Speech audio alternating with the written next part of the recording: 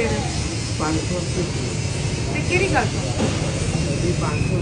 520 रुपए रेट है काका अज दा 519 रुपए रेट है माल मैनू पता है मुर्गी जी ना और सही है इस टाइम शॉर्ट नहीं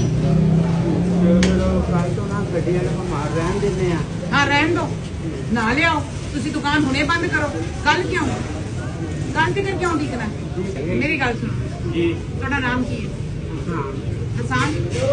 मैं तुहानू सिर्फ एक वजह छड़ के जा रही हूँ कि तुसी मेहनत कर रहे हो इस तरह मुझे बावजूद ठीक है मैं थोड़ी कदर करनी है इस गल जी ठीक है लेकिन तुहानू ज्यादा रेट लाने की इजाजत नहीं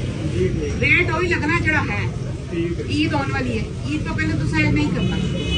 मैं सिर्फ थोड़ी खातिर ना तुहानू छड़ के जा रही हूँ जे कोई होर होंदा ना मैं छड़ना नहीं सी पर अपने रेट ठीक करना